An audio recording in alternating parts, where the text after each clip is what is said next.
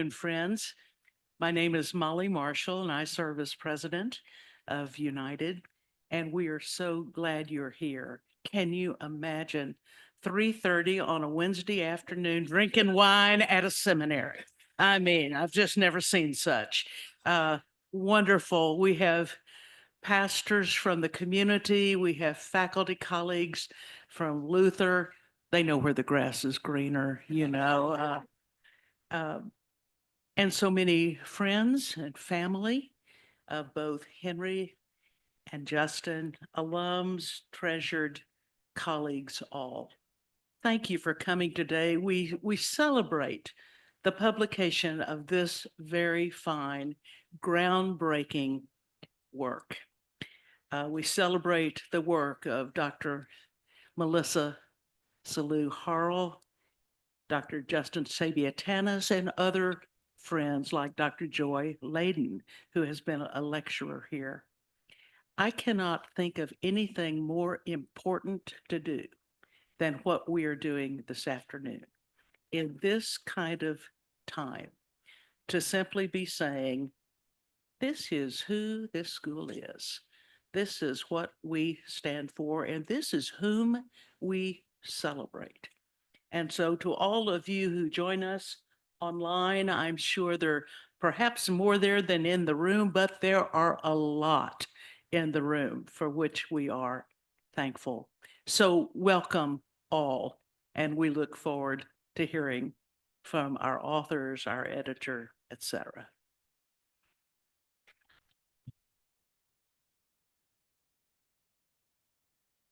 I'm Justin Sabia Tanis, an associate professor here and director of the Social Transformation Program.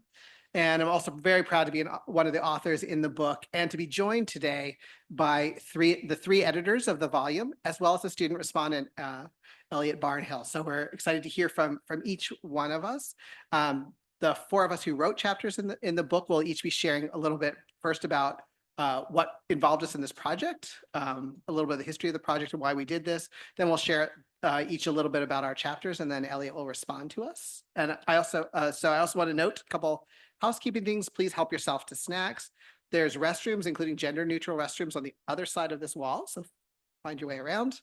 Also thank you to the people who jumped in as part of the United community and helped set up all the refreshments and the extra chairs and all of those things. So I'm deeply grateful for that. So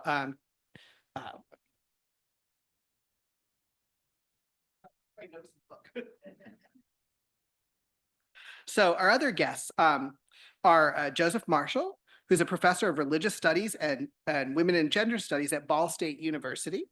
They are the chair of the Society of Biblical Literature's first ever committee for LGBTQI plus scholars and scholarship, and is the founding co-editor of the journal QTR, the Journal of Trans and Queer Studies in Religion. Melissa Harl Sellew is professor emerita of classical and Near Eastern religion and cultures at the University of Minnesota, and we're proud that she has also taught here at United. We're quite a find for us. And she's also the editor or co-editor of 3 previous collections and the recipient of the Arthur Motley Teaching Award from the University of Minnesota. And finally, Katy Valentine is a public scholar and owner of Soul Forge Coaching.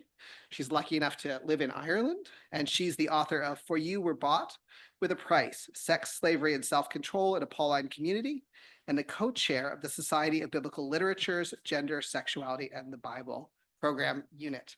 So I believe we're going to start with Jay Marshall talking about a little bit about the history of this project and why you got involved with it. Then we'll hear from Katy Valentine, and then from Melissa and from me. Fabulous, thank you. Can everybody hear me okay? Online and in person?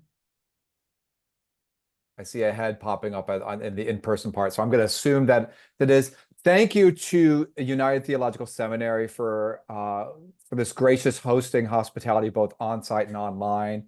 Huge props to Justin and to Elliott and to Melissa there in person. So we were tasked with kind of trying to initially give y'all some initial context. I'm Jay Marshall. I publish mostly under Joseph A. Marshall, but Jay, they or them are okay right now. No names are perfect. And what inspired or informed this project, and honestly, Like many things lately in academia, it took longer than we wanted. It was disrupted by the pandemic. One of the origins of this book was a special panel way back in 2018. I was actually still chairing the LGBTI queer hermeneutics unit of SBL, and it was fairly clear that trans studies and trans hermeneutics and trans approaches were growing in biblical and religious studies and in rabbinic studies as well. And we weren't seeing this reflected in a concentrated way. It's also clear that sometimes trans and queer studies are cousins, and sometimes cousins get along and sometimes they don't, and sometimes they're related, but there's all these key ways in which they aren't. And so it's important to have dedicated space for specifically what's happening, what's the present and what's the future of trans biblical hermeneutics. And a bunch of the amazing participants and contributors to this original volume were in that, including Justin, who's there in person, Max Strassfeld, a couple of graduate students, Joe Henderson Marigold, who I believe is online here with us today, Melissa and Katie, as well as myself. And we had some incredible panelists at that time. And immediately there was a sense that, like, yes, there's a critical mass growing here in trans hermeneutics. And it had been, honestly, for a while. There'd been a wonderful skinny book written by Darren Guest and Teresa Hornsby. Obviously, Justin and Virginia Mollenkott had done some really great, especially congregational facing work that included working with biblical materials.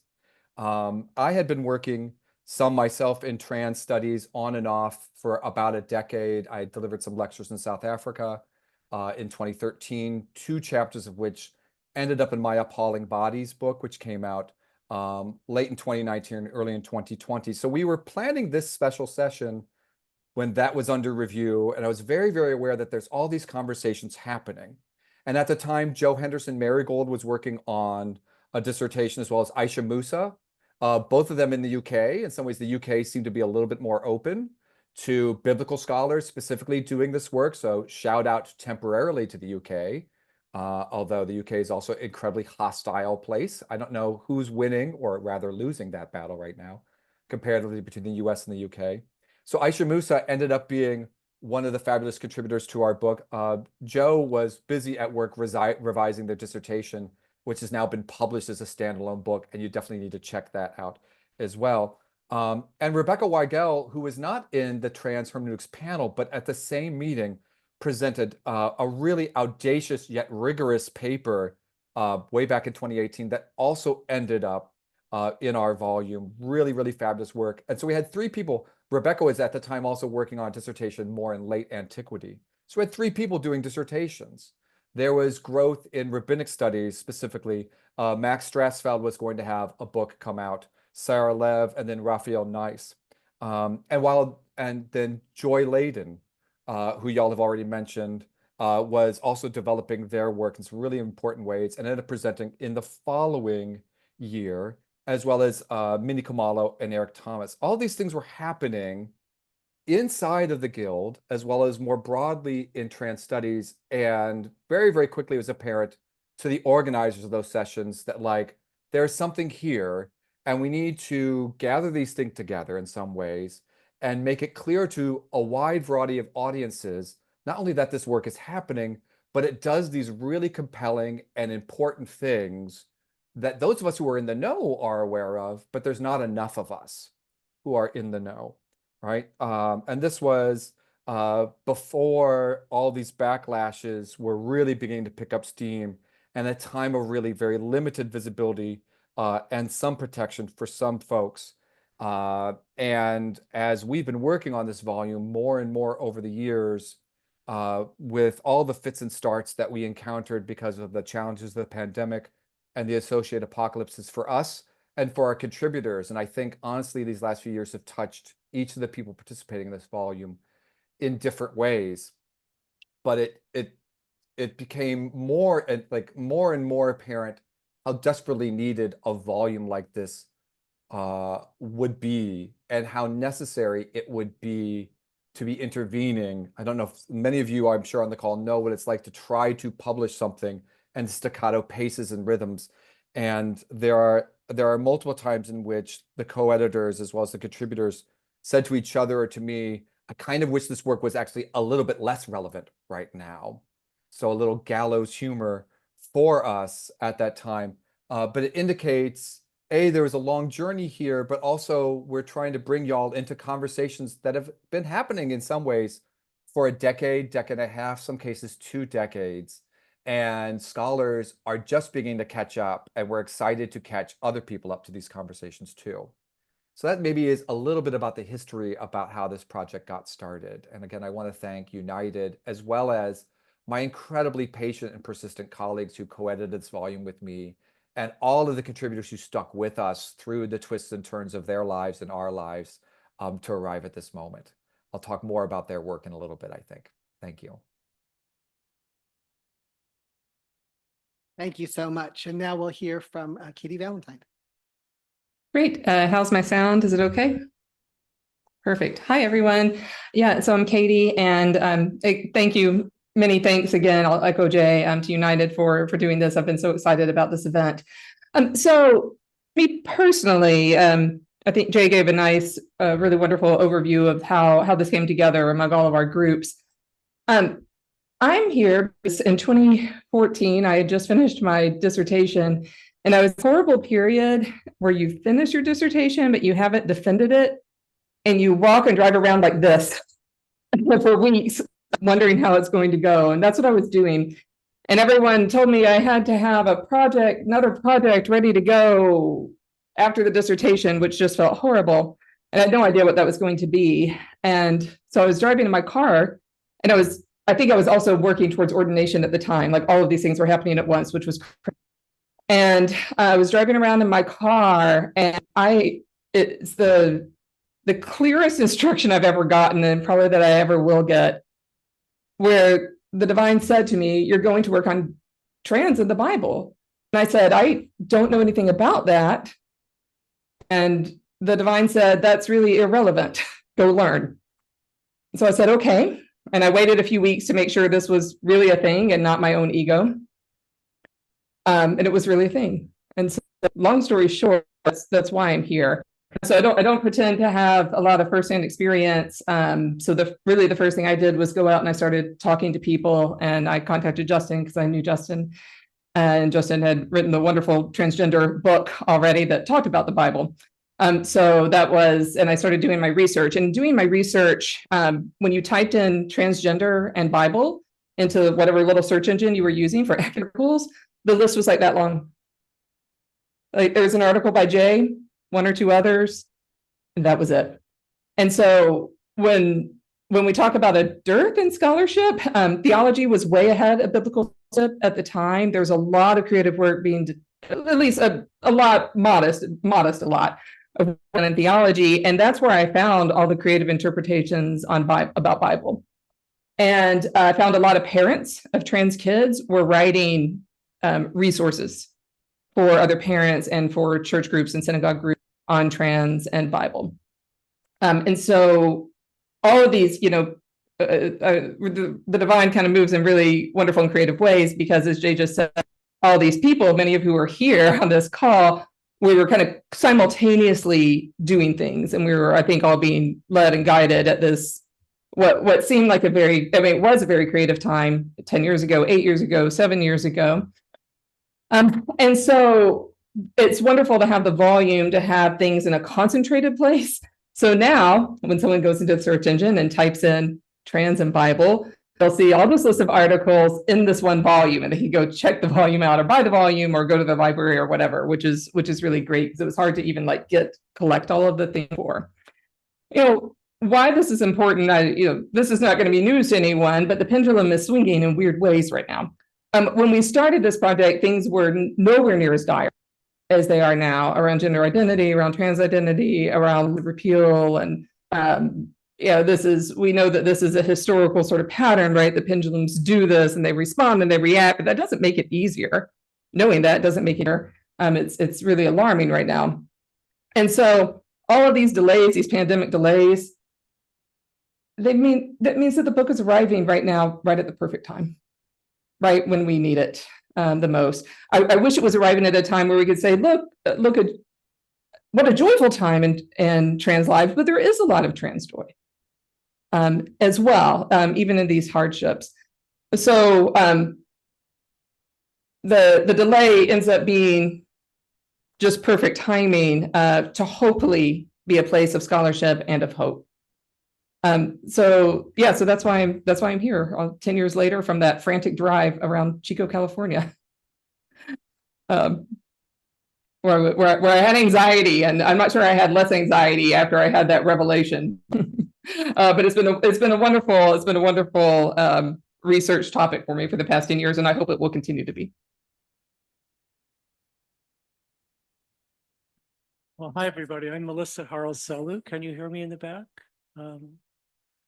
I don't have a revelation while driving in Chico story, but I have a different story. First of all, I want to thank the seminary and my co-editors and authors and friends in the room, including some that I've known since I was young, or I guess all of us were. I come to this deeply personally. When I was a little kid, my grandmother Harl gave me an illustrated children's Bible that I loved. And I read that book till it was in tatters. And I was the Bible nerd. I was the kid you didn't want in Sunday school if you were a parent helping out, because I would say, and that Bible nerdiness has stayed with me. Ended up with a doctorate in New Testament studies. But the trans part of me was much more deeply inside of myself. When I think I was invited to that panel in 2018, at least I showed up at that panel, and I happened to sit next to this person, Justin Sabia Tanis, right next to me, whom I had not met. And it was a really eye-opening experience because at that point, I had done very little reading in trans theory. Because the phrase itself bothered me. Like I'm living it. I don't want someone to theorize about me. I've learned some things since then, but that was my initial thought. I was invited to speak about trans hermeneutics, and what I've been working on in recent years is not even in the New Testament. It's the Gospel of Thomas, which is an early writing that didn't quite make it inside the covers of the Holy Bible. But I'm here for all the reasons already mentioned. It's a very painful time. And it's very painful to see people who claim the Bible using it as a fatal weapon. Thanks.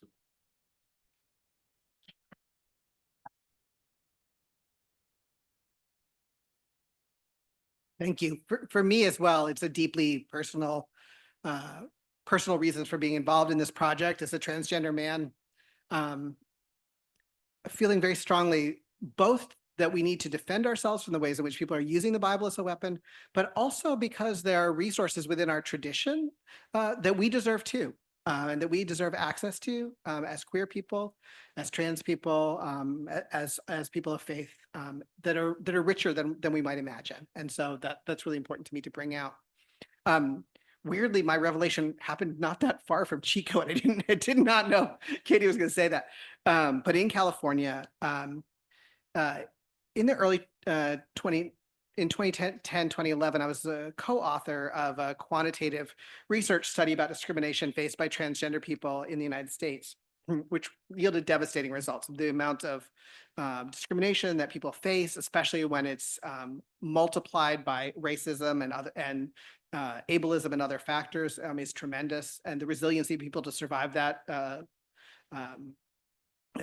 is incredible to see the strength and survival of the community. So we published these results, and I was speaking at this college in Central California. It was a public conference that included parents and grandparents of trans children, and this was a few years later. So it was about the time that we were beginning work on this volume and doing that panel. And this man came up to me with his about an 8-year-old granddaughter in tow, and he has a copy of this report this qualitative study that I had written, and he shakes it in my face and he says, "I love my granddaughter so much. What are we going to do about this?" And shakes this piece of this quantitative study about discrimination in my face. And I loved he loved his granddaughter so fiercely that he was hunting down theologians and shaking pamphlets and shaking reports in their faces, So to me, right, I said that on that panel. I talked about, because this had happened very recently before that panel that Jay mentioned and others have mentioned. And in writing this chapter, he is always in my mind, as are other trans children, youth, and adults that I know, non-binary folks, some that I know personally and some that I've just read about or know about. And in writing this, it's very important to me that I speak to our communities in a way that liberates us. And that's what's really important. That's what's really important to me about doing trans hermeneutics, why I want to be involved in this project. What can I offer as someone who's a theologian, a minister, to these conversations? And the other thing, I'm definitely one of the ones who said, I wish this wasn't so relevant now. And it's so much more. When we were writing this, there were the beginnings of these anti-trans legislations beginning in state legislatures that have only, of course, exponentially increased. And now the federal assault on trans rights happening now. But it also makes me incredibly proud of United to be hosting this event, to our editors to move forward with this volume, with all of our authors. This is at a time when we are literally being erased from websites, from documents, attempts to erase our presence from public spheres, from sports teams, from all of those things. We are saying proudly, this matters. This kind of scholarship matters, our presence matter, our voices matter, and that's why it's so important. And then one last thing that led me to participate in this volume, the fact that it includes trans and non-binary voices and folks who are not trans or non-binary, means that this is an important field of scholarship. This is an important lens about which to look at the Bible and at other sacred texts. So our voices need to be in there, but so to other voices saying, these are important topics. These are ways that this reveals something about what our sacred texts say to us, about us, for us, and how they teach us. And so I'm very proud to be part of it because of that. So thank you. And now I think we're each going to go share very briefly a little bit about the contents of our chapter as a little teaser. Those in present can buy the book here, and I think we're going to put a link to buying the book in the chat for folks online. But so if you want to learn more, but we're going to give you a little quick preview. So I'm going to invite Dr. Marchal to go first. Great, thank you. Yes, Justin, and thanks for persistence with our press too, with Westminster John Knox, who thought it was a good idea and maybe didn't realize under what conditions this would be released. So those of you who have the resources available to you, either to order for yourself or to request it at your local library, we need to make it clear to presses that this type of work is valuable and essential. And to start a little bit where Justin began, this makes all of us better at grappling with biblical materials and understanding ourselves and our bodies and the world. So this book is largely by trans and gender nonconforming and non-binary scholars, but it's not only. And this book is in part for trans and non-binary and gender nonconforming readers and receivers of these materials, but absolutely not only. And we all have much to learn from each other, right? Including those of us who are non-binary or trans, because there's not one way of being trans or non-binary. And there's not one way of doing biblical reading, thinking about transness, or to think about transness while thinking about biblical, right? So I'm going to actually quickly try to run down a few ways in which that shows up in a multiple context. I'm going to ignore my chapter. You can go and look for it if you want. It's about imprisonment, which is maybe not such a cheery thing to think about, right? Because even if we start with, what do we mean by trans?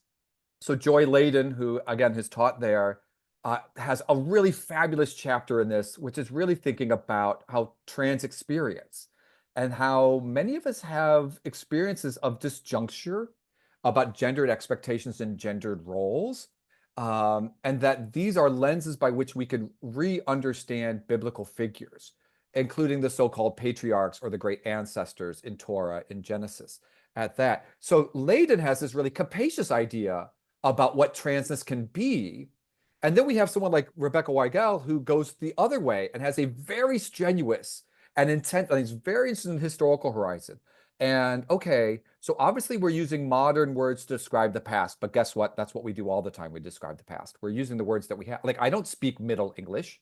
I speak 21st century English. So y'all can, so like when someone says this is anachronistic, so is saying that heterosexual marriage is in the Bible. It's not, right? And we have some authorities on marriage in the Bible on the call here, right? But Weigel's like, no, like and she argues in this really compelling way for a very specific criterion for how to talk about transness across time. So we have these are two different trans women scholars doing incredible work, showing their homework, showing how it lands. In the case of Weigel, like how it helps us with that famous eunuch passage in Matthew, but also maybe in an unexpected way with parts of 1 Corinthians, right? That trans could be both something very specific, but something very expansive. Or we have a couple of scholars who say maybe transness is not the category we should be thinking about. Maybe non-binary is, right? So Esther Brown-Smith and Aisha Musa have a couple of fabulous chapters, right? One on Mordechai and one on Jael or Yael. I never feel confident as a scholar of New Testament early Christian studies that I'm pronouncing Hebrew Bible terms. So Hebrew Bible scholars, don't be mean to me, right? And Brown-Smith is concerned as much too with like, okay, we got to get the historical part right of the past, but this matters and the stakes are about our present. And you'll notice when you thumb through the chapters that there's way more representation of New Testament and early Christian materials. And that's because, frankly, our Jewish friends and contemporaries and beloved and beleaguered in their communities as well as in their scholarship are way ahead of the Christians who are, especially those Christians who have access to the levers of power, right? And so there's much more on New Testament work than Hebrew Bible work reflected in these projects, right?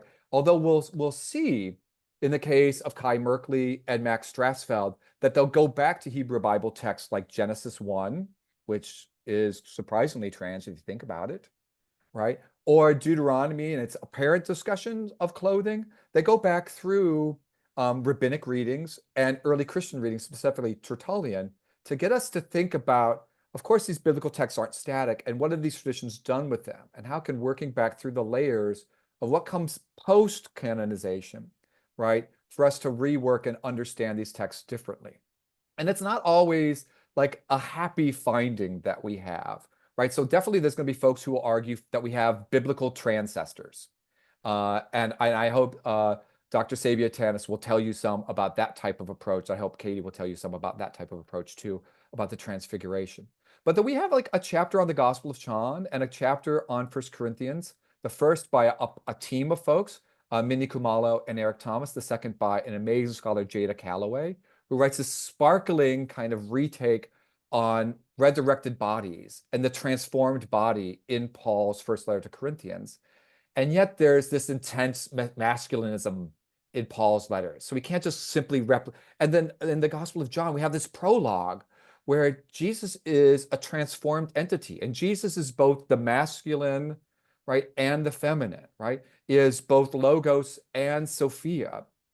But Kumalo and Thomas are also worried about the history of interpretation of the Gospel of John as dead naming Jesus as the Logos, right? So we have both resources in these biblical materials, but the juxtapositions and the contrasts and these ambivalent responses to our source materials, right, that help us to kind of think that there's not one type of approach, and that whether we're dealing with Genesis or we're dealing with the prophets or we're dealing with Judges or dealing with Esther, or we're dealing with the Gospels, or even Paul's letters, or the letters that we now call Paul's, or we go beyond them, there's many different ways of thinking about how to do trans readings of biblical texts. And what we're trying to do is we're exposing you to that conversation so that you could become smarter and savvier interactors with biblical materials, and you can decide what, not that any of these chapters are any better than the other, but they reflect different types of strategies and different options. And friends, we need lots of different strategies and lots of different options for different situations now that we're in. And sometimes it's helpful to say, Jesus is our transcestor, right? And other times it's helpful for us to be honest about this tradition that we're in. It's a lot messier than we might like to acknowledge. And what can we learn from the parts that we want to identify with, but the ones that we also want to negotiate very carefully about? and about historical change, but also the ways in which history rhymes over and over again. And that the past may be a lot more like our times, especially in its attitude towards gender variance than we might have expected. So there's a lot, if I've gone past time, I'm really sorry. I have not been keeping it's because I'm so thrilled about the possibility that people in that room right now can start reading, like listen to Katy and listen to Melissa and listen to Justin, listen to Elliott. But as soon as we're done, ignore each other and start reading. No, don't do that. But read very, very soon. Like, I'm thrilled by the possibility of people finally interacting with this work, because from top to bottom, the contributors here are doing incredible, fabulous, and deeply necessary and important work. And we all owe them an extreme debt of gratitude. And again, as an editor, of their willingness to trust us with this work for so long, and to listen to the feedback and to craft it in these forms. Immense gratitude for that. So I'll pause here.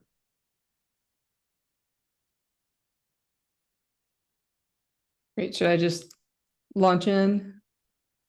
All right.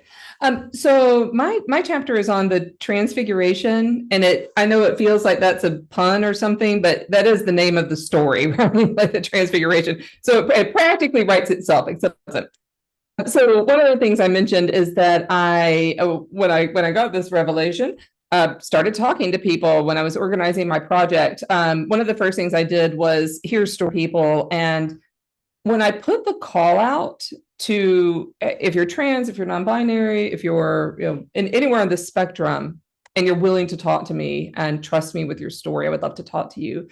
And it was amazing. I was getting texts from people I didn't know, like that my name was being passed on in all these different communities. So I talked to all these really wonderful people that I've never actually met in person, who were very generous and told me their story.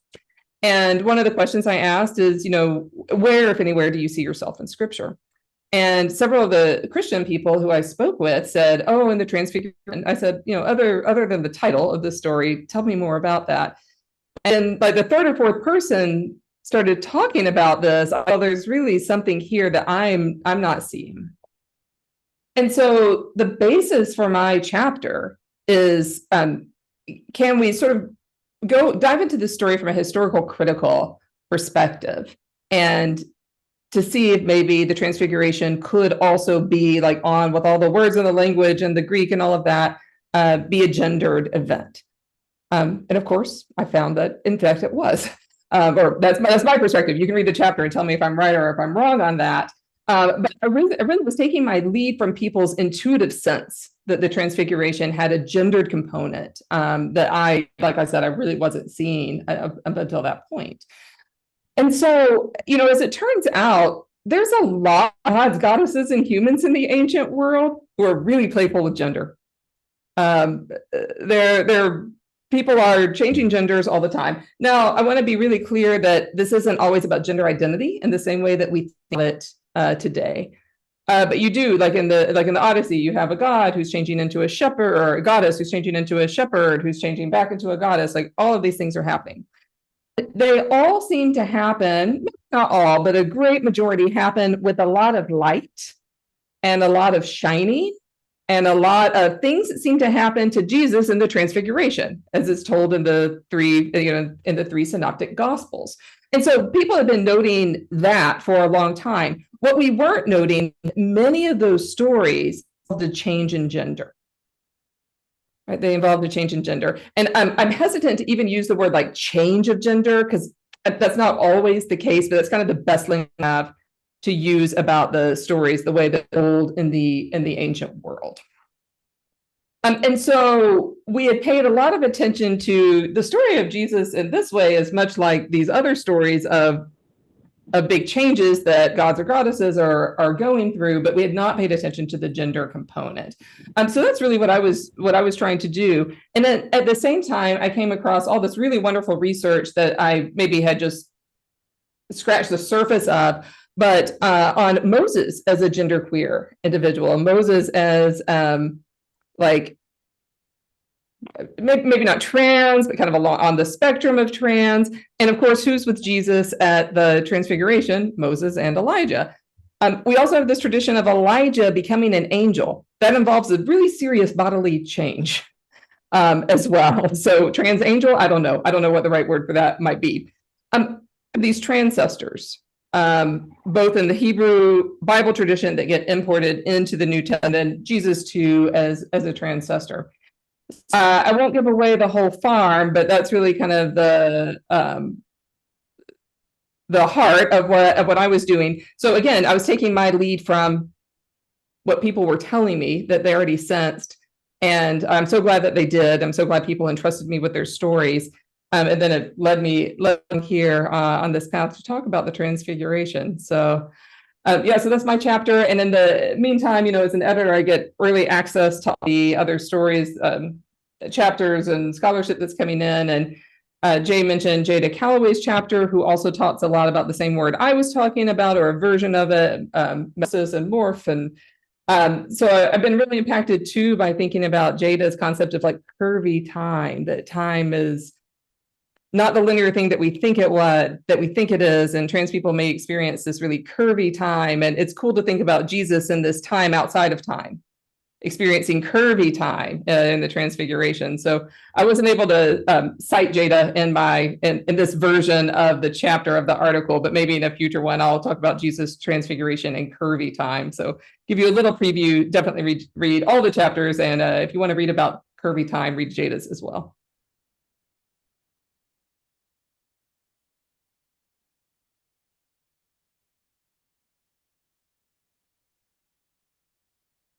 Yeah, so again, I'm Melissa, and my chapter is fairly late in the book. It's called Considering the Body with the Gospel of Thomas. The Gospel of Thomas, people kind of look like they might have heard of it. It's a collection of a little over 100 statements attributed to Jesus, proverbs, parables, odd remarks, many of which appear similarly in the New Testament Gospels, quite a few that don't. And it was first found in the mid-1940s and published over time and hit the market really big in the 80s, I guess, as, a different gospel. So I was interested in for that reason and for others, but one reason, very honestly, if you want to write about the Gospel of Matthew, you have to start reading 2,000 books first. Gospel of Thomas, there were only 20 books you had to have. Some of the main themes of the gospel, which I now believe, I haven't said this in print much, seems to anticipate the reader already knows the other story, because none of it is there. There's no mention of the incarnation, of miracle working, of the death on the cross. None of that's there. Instead, he's kind of a teacher. I'll use he, because just for convenience for Jesus here, the Jesus of Thomas may not have a clear gender, because the point of Thomas is to instruct us in finding our true spiritual home in the place of light and life that Jesus came from, and we did too, if we could only realize it. And Jesus comes from that place, as he says, and he says elsewhere, like in the Gospel of John, in very parallel ways, I am the light, and so on. And Jesus' goal is for us as humans to discover this divine side of us and to work to get back somehow. So I found that interesting, and there's a few passages in the gospel that directly talk about gender and things like surpassing or getting past the split of gender that we experience here in the flesh in the world. But it never struck me all that personally until I started rereading the Gospel of Thomas from a transpersonal, trans perspective for that panel that we keep mentioning, like 2018. And suddenly, sometimes you read something again and you see things differently, right? And what I saw differently was not only this strict binary that it has between darkness and light and the flesh and the spirit, but the way it celebrated that spirit as your truth. And I could feel myself there. Because as a trans person, this is not everybody's experience, obviously, or gender diverse people. But my own experience is that my body tells lies about me every minute. that's not really me. So I wrote about that a few years ago, and that's an article that has been widely read, considering it was written by me, where I pressed that point. But I then realized in conversation and just reflection, there are other people of gender diversity who celebrate their bodies, who find meaning in living in the flesh. So this article is kind of a reflection. It's so egotistical. It's a reflection on my own thoughts about the Gospel of Thomas, where I give space to the fact this is where we live. This is where we have to be. Still holding on to the idea that there is an inner truth for each one of us that might or might not be visible. So that's my chapter. Thank you.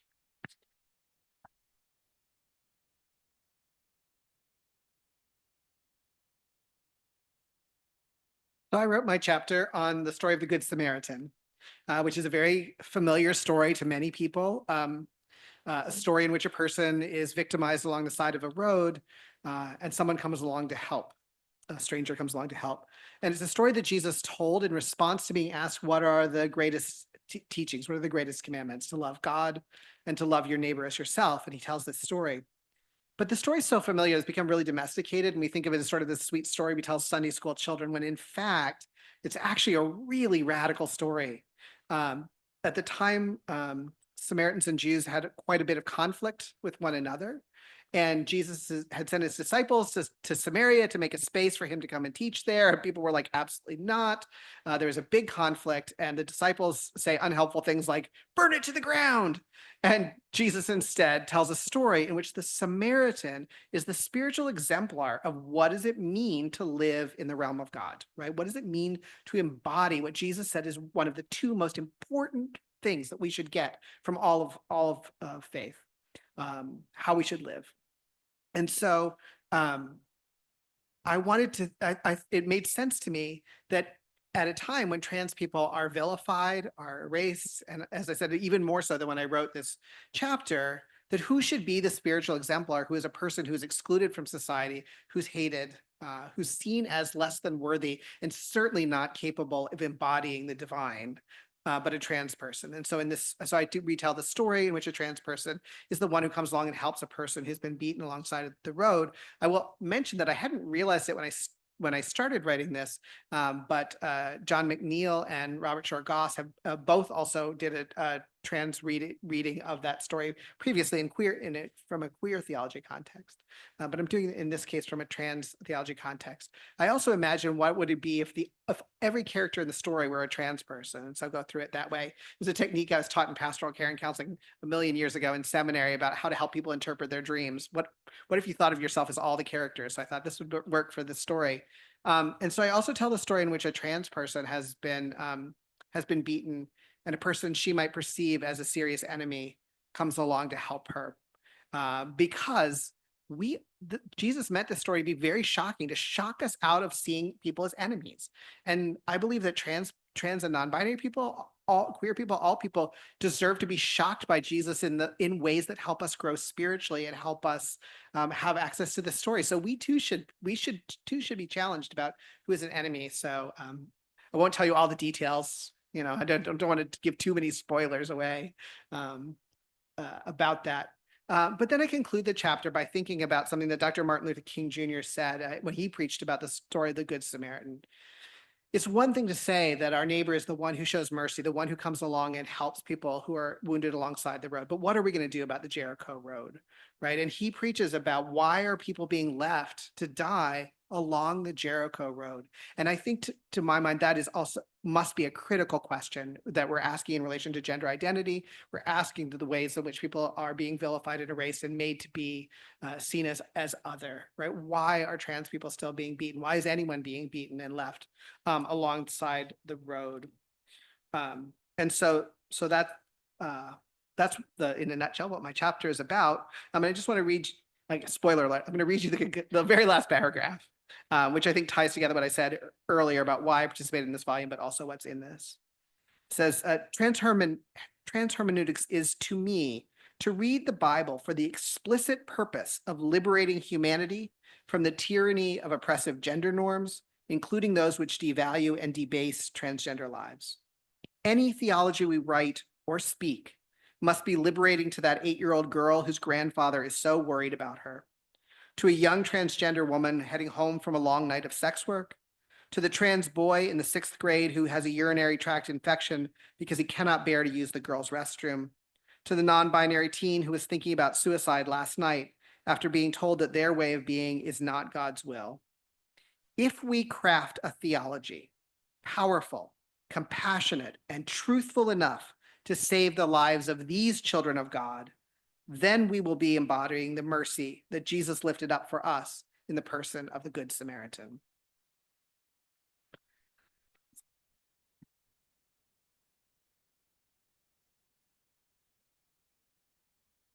Thank you. And now I want to invite our student respondent, Elliott Barnhill, to come and speak.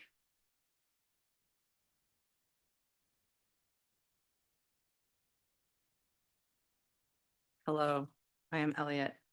I'm a student here and I read most of the book. I read most of the book. Anyways, yeah, so I have there's so many things to say about it. I will say a few of my thoughts on my bullet points here in my notebook. I like having bullet points. So anyways, yeah, it's interesting. Before I came to United, I worked at a LGBT ministry, and there's, you know, when I worked there, I was asked by people that I met there and also people that I met in everyday life when I told them what I did for work, and they would say like, but if you're trans, how could you possibly like the Bible in any way? Like, you know what I mean? You get the question a lot. Like, the Bible sucks. Why would you like it? Why would you read it? Why would you anything?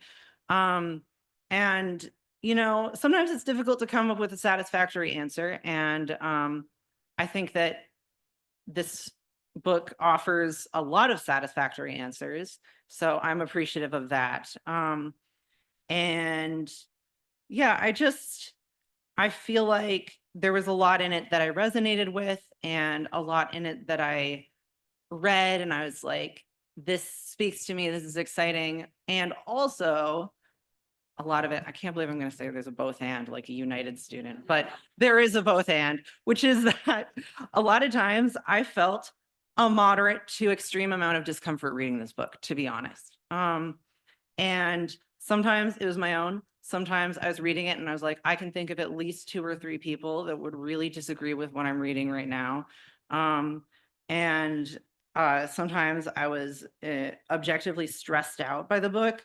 And, you know, like, I mean, at least of every person, every contributor who has spoken today, there's at least one point in their chapter where I was like, I don't know about this one, guys. Just to be honest, like, you know, I do have a discomfort response when I read Jesus could be trans. Like, I do have a discomfort response when I, you know, see the word transgender and Gospel of Thomas in the same sentence, just to be honest, because of my own baggage with that. But anyways, and, you know, as 90% of my trans friends hate Paul, so let's just be real about that. Anyways, but it was good to, it's good to feel the discomfort. It is good. It was good for me. It's good for any student to read something and think, I don't know about this one, but it's forcing me to think again, to think beyond my first reaction, to keep reading and think, okay, maybe we've got something, maybe we've got something to say here. And, you know, as I read it, I think that I began to think maybe I ought to feel uncomfortable. Maybe, you know, maybe the point of scripture is to feel uncomfortable. And maybe not the point of transness, but I'm trans and like, you know, let's be honest, sometimes it's uncomfortable. Sometimes it is extremely uncomfortable to be transgender, just to be honest. So I think that the intersection ought to cause you some discomfort and ought to cause, you know, some growing edges. So I feel grateful to the book for giving me an opportunity to be a little stressed out and sort of work through it. I can't say I agree with everything I read, but you know, I never do, as many of my classmates here can attest to. Anyways, but yeah, I think that even though I felt occasionally too often this feeling of like of anxiety response, I still think that this is one of the many books that I'm going to recommend to other trans people. Like, you know, there's a big culture in my experience of recommending each other books that we read among like trans Christians, which I am. You know, there's like often a tendency to be like, have you read this book? So this is one of them. Yeah, I do have a question about it. While reading, also, you know, I'm graduating soon, and I've become very concerned. I don't know about concerned. I've become aware of how we need to make what is the impact of what we're doing? You know, like I do wonder that. Like at United, I wonder what is the impact of what I'm learning. While reading this book, I wondered what's the impact? Like how can I use this in a way that is constructive, that is liberative, that changes anything? Like we know that the book is necessary, but how is it necessary? Like how can I use it? How can we use it? That's what I wonder. I have no doubt that transness is extremely useful to biblical criticism. The book, in my opinion, proves it. And I instinctually was aware of that before I read the book. But it has to go both ways. And that's what I wonder about. And I guess that's what it's you know, you guys are for in this audience. Yeah, so like what can be the significance for you know, trans people of faith, for trans people not of faith? How can I read this book and tell secular trans people that it's worth something to them? And how can I use it to make the world better? And I hope that everybody else who reads this book can then tell me, because that's what I'm wondering. Anyways, I think that's all I have to say about it. Yeah. Great. Yeah, thank you, Elliott. And thank you to a student who's about to graduate who willingly took on reading an extra book and doing a report about it. So I'm very grateful to Elliott. And also, so I don't forget, I also want to thank Olu, one of our students too, who's handling our tech and AV for today. We could not have done this without you. So thank you so much. So I think we have time for just a couple questions, and I want to leave room for time for people to schmingle and enjoy some refreshments and so forth. But are there a couple of any questions that folks have? Yeah. Well,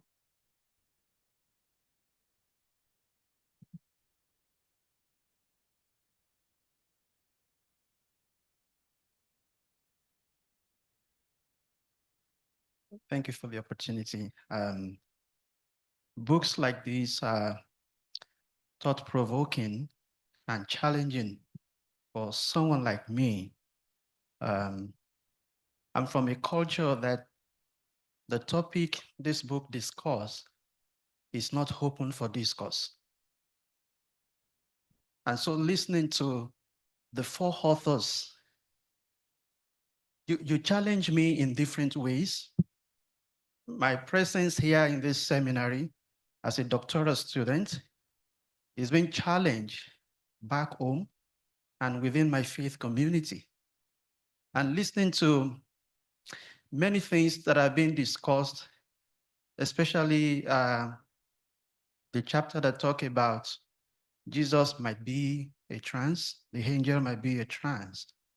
I think one question that I'm left with, and I'm hoping to anyone who could help me with that, is can I trust the Bible? Thank you. thank you. I don't know if Jay or Katie wants to respond, or Melissa, or I have a thought.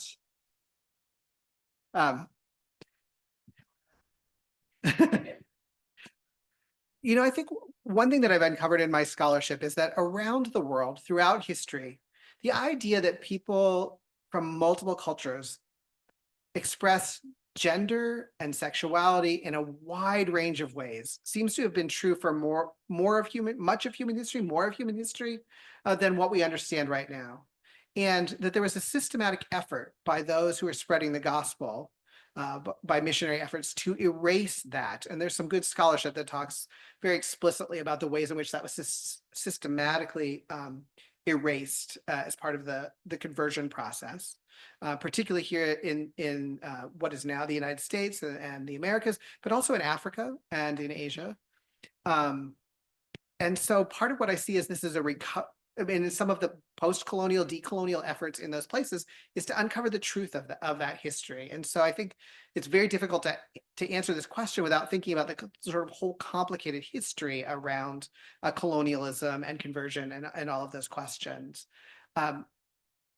I would say I encounter people, particularly when I was working in Washington, D.C., who has said things like, oh, well, the Bible is against trans people, which is not actually an accurate reading. There's a lot of gender variance in the Bible, with eunuchs, with all kinds of people. So there's sort of become a response in our cultures, and I don't want to speak for yours, but in this culture for sure, to say, like, if I don't like something, then the Bible's against it, which is different than accurately reading the Bible. And so I think part of what I hope people get from this talk and from this book is to think about how might the Spirit inspire us to read the Bible in ways that are actually accurate to the Bible, that help us challenge, like, is this my culture talking? Is this my Sunday school teacher talking?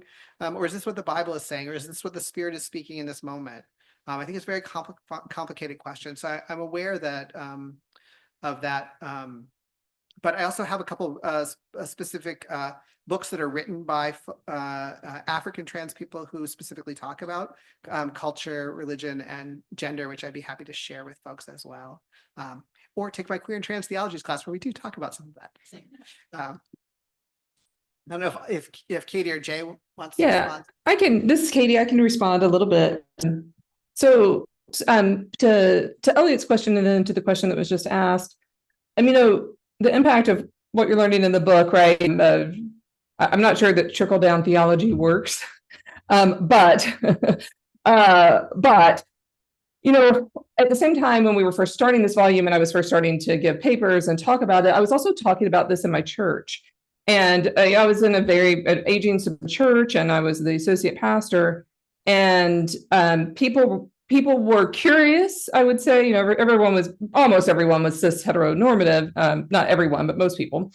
And they were curious, they didn't quite get it. So we spent a lot of time just talking about gender identity, talking about gender, to get everyone kind of comfortable with it. We were giving sermons. At the same time, I was volunteering at our local Stonewall Alliance and making volunteering, like moving tables, refreshments, doing that kind of talking to people.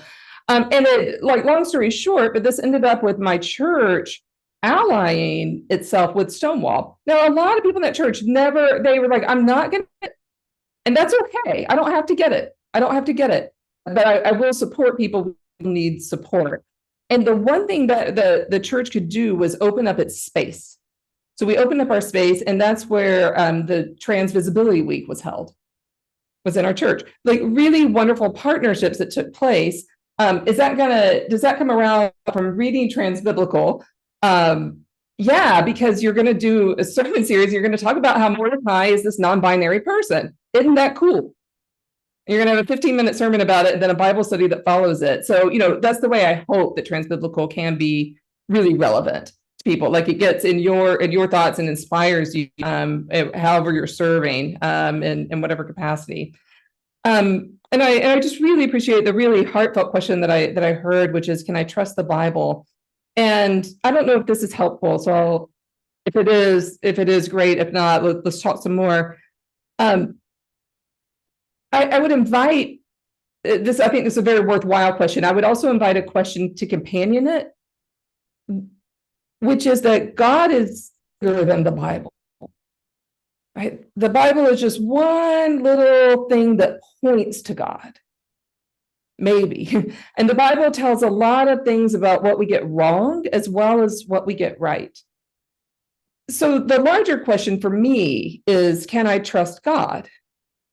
The answer is always yes. So trusting God and then looking at the Bible point to something about God just may be a helpful, playful way to think about the Bible, especially around something like gender identity and cultures that where this isn't really talked about, not talked about yet. It will be. We live in a world where, you know, the internet is very present, right? So it's not talked about yet. And there are people talking about it, but maybe not visibly. So the more that we're making ourselves aware, right, the more, you know, you're going to be placed at exactly the right time at the right, like us, they're at the right time, right spot. And someone's going to talk to you about it and you're equipped. So that pastoral scholar hat, two hats on at once here. Thank you so much, Katy. If I could briefly, Please. I want to join Katy in thanking Elliott for a lovely response, especially it sounds like it's almost finals time there. I can't imagine, again, adding a task towards the end of your career. I have to say that 90% of my friends who may or do not disclose their trances also hate Paul. So that's not unique. I think consider it the highest compliment that this is a book that you'd recommend to trans friends. I don't know about like, should we trust the Bible? The thing is, we have the Bible. The Bible has been doing things to us for centuries. It's not going away anytime soon. So even if you don't like Paul or don't like the Bible, or you've been traumatized by how people have used the Bible, and that's real, and I would acknowledge that. This is one of the sites by which we must resist and rethink how we are living. It's not the only site, right? But it's an important site for doing that, right? And so I agree with Elliott that I'm completely convinced by thinking about transness and how we are smarter and have a more supple view of gender and embodiment by knowing more about transness helps us to understand all kinds of people and places, including the various people and places who help to generate these texts. But then this other way around that Elliott asked about, like, okay, well, it's implied is how is biblical scholarship going to help stigmatize and marginalize people now, including transgender, nonconforming, and non-binary folks? And that's on us, right? Those of us on this call and those of us who we hope we're calling in through this work, just like it's always been with biblical interpretation, that we can't blame the Bible. Humans have done extraordinarily wonderful things with and through how they've cited the Bible. And humans who've been touched by the Bible have some of the worst and most dehumanizing things that humans have done. They've said they've done so in the name of the Bible. Both of those things are true. And if it is part of your tradition, both of those things are parts of your tradition. So the question is, what do you do? How do you engage your traditions, including your community's accountability, which might be religious, or as Elliott pointed out, might not be super religious. I think more of us on the call are probably tilting on the religious-ish side at that. And so I do think a historical argument is valuable at times to just say, like, look, gender variation is as old as stories about creation. And the person who's saying, like, this is the new thing and I'm confused by it, you're just confused about the past too, friend. You just haven't encountered it enough. And what do we do with that confusion? I got to tell you, like, Jesus certainly wasn't cis either, right? Cis is a super young way of talking. Why are we so certain we can apply it to other times and places? It's kind of strange. It would be not to stigmatize it, but it's a bit of a fetish, an assumption that our bodies align the way that they do in the specific way, and that's the only way, and that everyone else throughout all of time has, unless they've specifically said 4 or 5 magic words, which you think demonstrates that they are gender variant, right? Gender variability shows up in a lot of different ways for a lot of us, right? And it does, it's joyful, and it's also awful, and it's discomfortable or uncomfortable, and it sometimes leads us to hate things, and sometimes helps us to love things or to embrace that, like most of life, this is hella messy, right? The Bible is a messy bee, right? And so am I. So I want to thank everyone, especially Elliott, for the really thoughtful response and for the first question too, for engaging and thinking about this stuff with us. Thank you. Other questions? Or folks in chat them as well?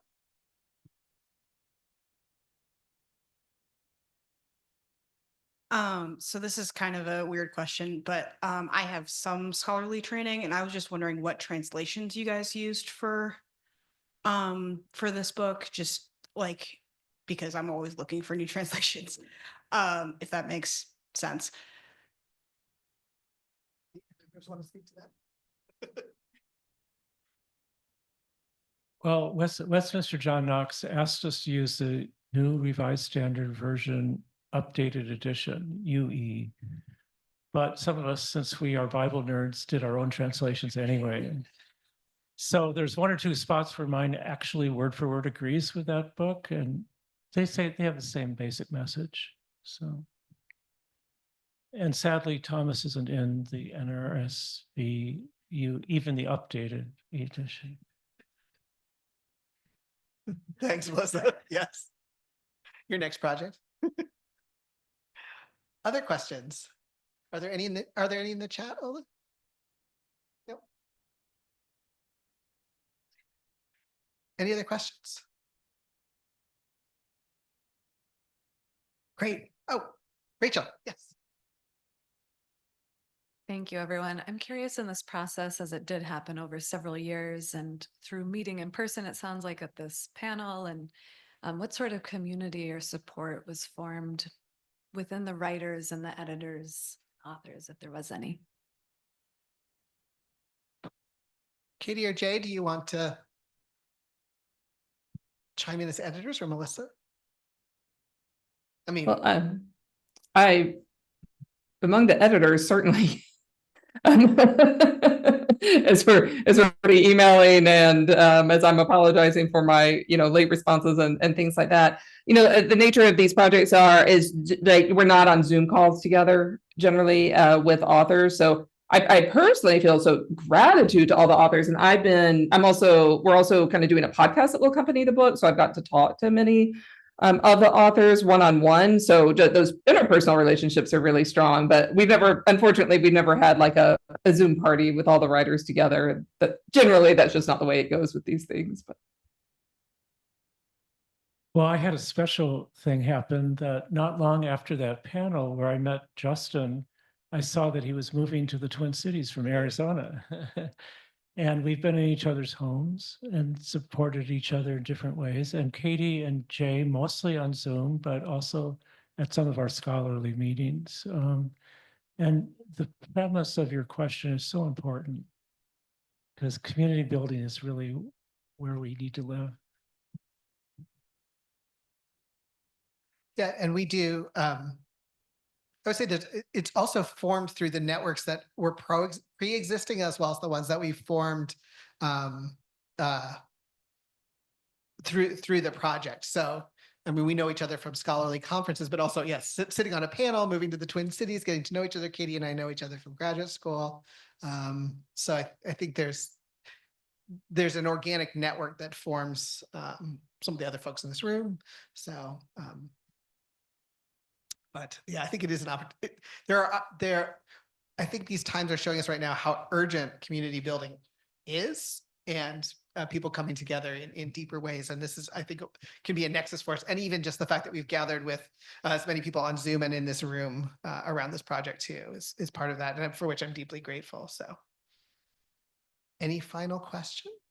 And I would encourage everyone to think about community as capaciously as possible, and that y'all are nodes in networks. And if there's anything appealing as well as productively discomfortable, maybe not appealing always about the book, that your communities are a part of it. So I've been very lucky enough to be invited into classroom settings to tell people about this work in progress and tell people about my individual chapter, to give preview.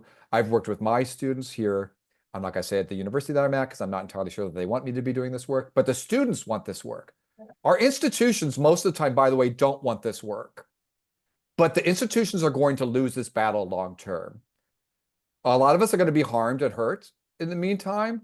But the reason why the forces at work are fighting so hard is they are in a losing battle, right?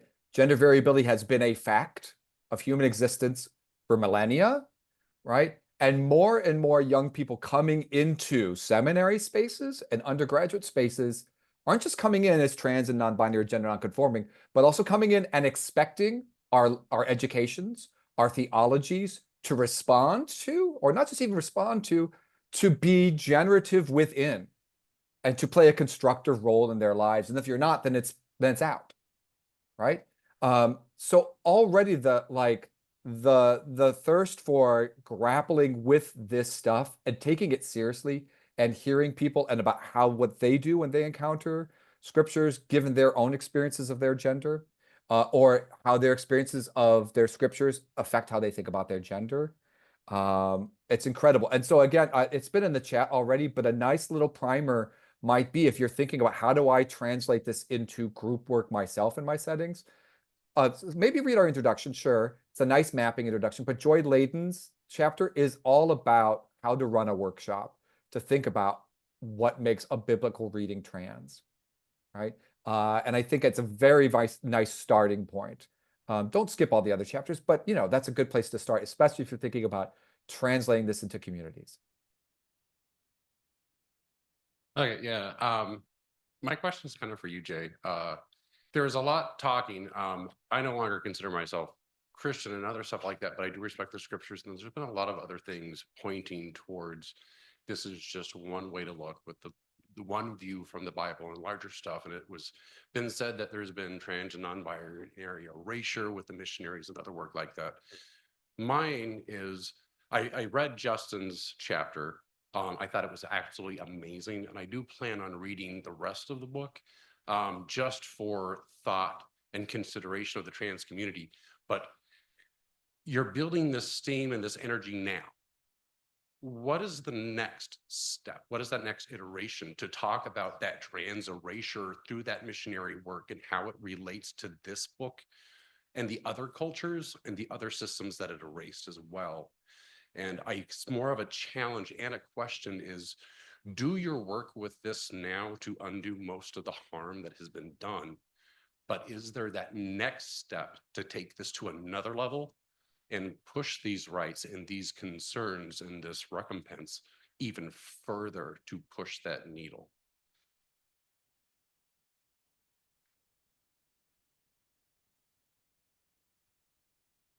Jay, do you want to take a stab at responding to that? So I hear that as a call to action, not so much as a question, to which I give a religious/secular amen, right?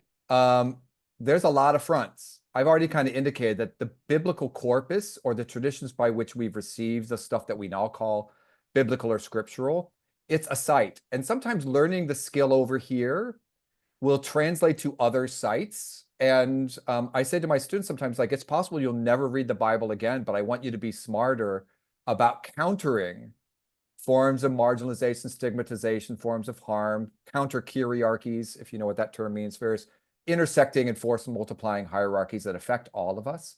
And some of us benefit from them partially and are harmed by them partially, right? So I'm hoping that the brilliant insights and the fabulous interventions, and there are different kinds of interventions featured here. And I think it's fair to say that at times there's light disagreement if you see the different parts of the chapters in conversation with each other, right? I want us to be smart about what are we disrupting next, and can we use these things as resources to do so, and to take those into your spaces, both where the Bible is profoundly authoritative or where maybe it's, it's in the mix, or like people like to think it's not in the mix, but it's probably ghosting us. It's probably haunting us in some way, shape, or form, even when we think we're over it because we were never under it. And so I will just also point out that if you're kind of wondering like what's next and how this affects other issues, that transbiblical is reflective of broader conversations in theological and religious studies, as well as like in trans movements and in trans studies writ large, And there's incredible trans scholarship on all the topics that have come up already. And some of them are pointed to in our notes. And some of them we couldn't get to because, you know, we would make a 12,000 word essay and you won't read that. You'll read an 8,000 word, right? So it's also totally okay. Authors love it when people reach out to them and say, I read this and here's what I loved about it. And can you turn me on to a resource that's related to what you're arguing? And to say, tell me some further reading. Most of us are nerds who read books. Some of us are paid because we are nerds that way. Some of us are not adequately paid for it. But I always love an email like that, not where someone's asking me to do work for them. Someone saying, I am invested in a thing and I've been informed by things that you've also read, or maybe you, and what else can we do? And who else can I read that will be resources? And so the list is too long, but a great place to start is TSQ, which is also online. It's the Transgender Studies Quarterly Journal, a fabulous, incredible academic / activist project. And the idea that like activism and the arts and academia are separate things are a lie that white people who run universities want to tell over and over again. And that's not true about actually how knowledge is produced, and it's not true about the people who are doing the knowledge production. So I don't know how well I answered your question, except to say, like, go get it. Go get it. Thank you. I want to thank. I put this in the chat, but I was wondering, a friend of mine missed this. Is this going to be able to be accessed for someone to listen to the discussion itself? Yes, we have a recording of this and we'll make this available on United's site. So Wonderful. yes. Thank you. Absolutely. Absolutely. So I want to thank all of our panelists and our respondent today. Thank you so much for being here, and also acknowledge that a couple of the other authors of the other chapters were able to join us today. We're so glad you're here. And we wish we could have had everyone participate in this. But we're honored by your presence and by the work that you did. So please join me in thanking the other speakers.